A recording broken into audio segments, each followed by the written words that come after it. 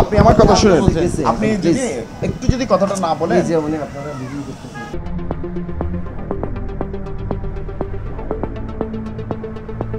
CCTV ফুটেজও দেখা যার একজন যুবকরে কুরেসার মতো আলগাইরে টানা হেসরা করি কিছু মাইসে লইরে যারগুই। নভেম্বরের 9 তারিখ রাইতর 8টায় নগরীর ব্যস্ততম পাঁচলাইশ এলাকার পার্কভিউ হাসপাতালের সিসিটিভি ফুটেজ ইয়ান আর ভিডিও সামাজিক যোগাযোগ মাধ্যমত মুহূর্তেই ভাইরাল হয়ে যায়।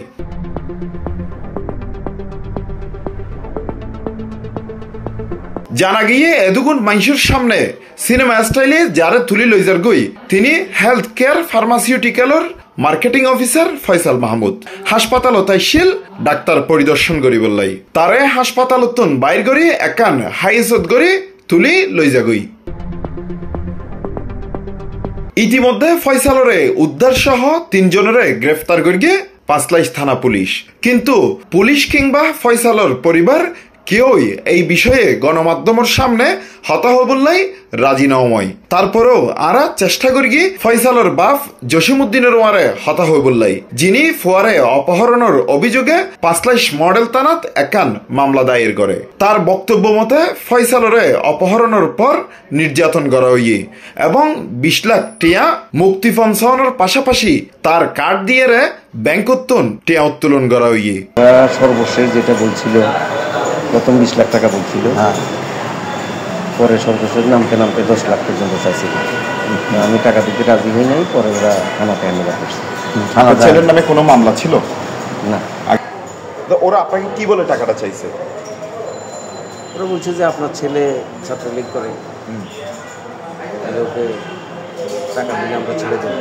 জানা গিয়ে অপহরণের শিকার ফয়সাল মাহমুদের বাড়ি কুমিল্লার মনোহরগঞ্জ উপজেলার মহিষাতুলা ইউনিয়নের ডুমুরিয়া গ্রামত। তিনি ওই থানা ছাত্রলীগের সভাপতি আছেন। ফয়সালর ব্যবহৃত মোবাইল ফোন বিশ্লেষণ করিয়ে পুলিশ দেখে তিনি ফেসবুক ও হোয়াটসঅ্যাপত আওয়ামী লীগের বিভিন্ন সংগঠন ও গ্রুপের ওয়ারে যুক্ত আছেন।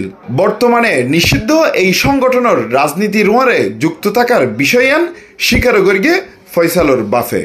উনি ছাত্রলীগের পদভুক্ত ছিল কখন? পদভুক্ত ছিল 5 আগস্টের 20-25 দিন আগে পাইছে। এখান থেকে সে মাঝে মধ্যে যাইতো ওরকম। বুঝছি। উনি তখন কি ফার্মাসিউটিক্যালে চাকরি করতো? হ্যাঁ, তখন ফার্মাসিউটিক্যালে। ও আচ্ছা আচ্ছা আচ্ছা আচ্ছা। না, ওরকম অ্যাক্টিভ ছিল না এখানে। আমার কথা হচ্ছে তাহলে ওরা ওকে কিভাবে চিনে এই ছেলেগুলো? এটা তবে গত 4 বছর ধরে তিনি ওষুধ কোম্পানির মার্কেটিং সেলস অফিসার হিসেবে চট্টগ্রামত সৌরিগর গিল এবং শহরের চট্টশ্বরী রোডত ব্যাচেলর হিসেবে বাড়া থাকতো। পুলিশ সূত্রে জানা গিয়ে অপহরণকারীগুলোর মধ্যে 2 জন ইউনাইটেড পিপলস বাংলাদেশ বা আপ বাংলাদেশ নামে উগা সংগঠনের ওয়ারে যুক্ত আছেন। তবে তারার এরকম কর্মকাণ্ডে তারারে দলতন বহিষ্কার করা হইয়ে C+রে এরকমই জানাইয়ে সংগঠনের চট্টগ্রাম মহানগরের আহ্বায়ক। বাংলাদেশ থেকে দুর্নীতির বিরুদ্ধে, সাদাবাজের বিরুদ্ধে, অপরাধের বিরুদ্ধে জিরো টলারেন্স। আর প্রাথমিক পর্যায়ের মধ্যে যেই ইয়াওয়া প্রমাণরা পাইয়ে তারা অপহরণ গজ্জিবার অন্যতম প্রমাণ হইল দিকে তারা অনার থানাত সবট নগরীরা রজন লগিয়ে গই। তো ইনস্ট্যান্ট এই দুর্যেত তারা বুঝি আরও নেতাকর্মী আছিল। চট্টগ্রামের প্রধান যুগ্ম প্রধান সংগঠক শাহিদ আছিল, আরও নেতাকর্মী আরা প্রায় 20-30 জন বাদে আসছিলাম। তো আর এর থানাতন বাইরে হওয়ার লগে লগে চিন্তা করে সাইড দিই এর দূরত্ব প্রমাণিত। তো আমরা হয়তো কি জিরো টলারেন্স আমরা যেহেতু সাদাবাজের বিরুদ্ধে নতুন রাজনৈতিকের সংস্কারের বিরুদ্ধে আমরা কেন্দ্রীয় যোগাযোগ করি লগে লগে মিডিয়াতে তো প্রাবিশ নবই আর তারা দুজনের দলতন বহিষ্কার করে দিলাম। কিন্তু এবার ছাত্রলীগ কর্মী এই ব্যাপারে আরও অচিত প্রচার করে যে এই ব্যাপারে কেস স্টেপ তুলে লাগবে অনরা ওদিকে আর তার মোবাইল টোবাইল চেক করে চাইলাম। 13 তারিখ নাশকতার উদ্দেশ্যে এতে চট্টগ্রামের মধ্যে বিভিন্ন গ্রুপত হোয়াটসঅ্যাপত বিভিন্ন গ্রুপত অ্যাক্টিভ আছিল এবং ক্যাঙ্গুরি অগ্নিসংযোগ করা যায়, মানুষেরা মারণ যায় এবং এই অনারাজকতা সৃষ্টিকরণ যায়। এই অ্যাক্টিভিটিও পুলিশে পাইয়ে। চট্টগ্রাম শহরের পার্কভিউ হাসপাতাল থানাতুন মাত্র 30 গজ দূরে। এর মধ্যেই এই ধরনের প্রকাশ্য অপহরণ, বিশেষ করে হাসপাতালের মতো একখান সেন্সিটিভ জায়গাত এই ধরনের ঘটনায় জনমনে নানান আতঙ্কর জন্ম লইয়ে। এই ব্যাপারে পাঁচলাইশ থানার অফিসার ইনচার্জরে বারবার কল দিলেও তিনি কল না ধরে।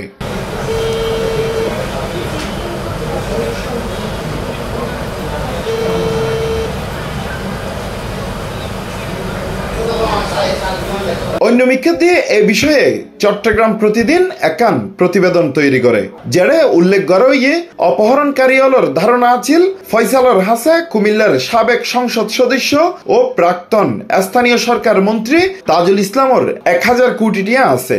সেই গুজবুত্তনি অপহরণ করি শুরুতেই তারা 100 কোটি টিয়া মুক্তিপণ দাবি করে, পরে টিয়ার অঙ্ক জায়গায় তিয়াই 20 লাখত। তবে টিয়া নদিলে হত্যার হুমকিও দেওয়া হয়।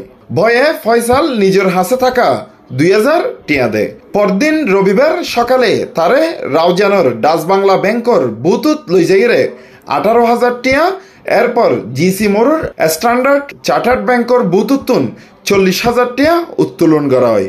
মোট 60,000 টিয়া আদায়ের পর ফয়সালরে চকবাজারের প্যারেড মাঠ এলাকাত আনিয়ে সারি দেওয়া হয়। স্থানীয়র অভিযোগ এড়ে তারা ছাত্রলীগের নেতা বলে মারধরও করা হইল।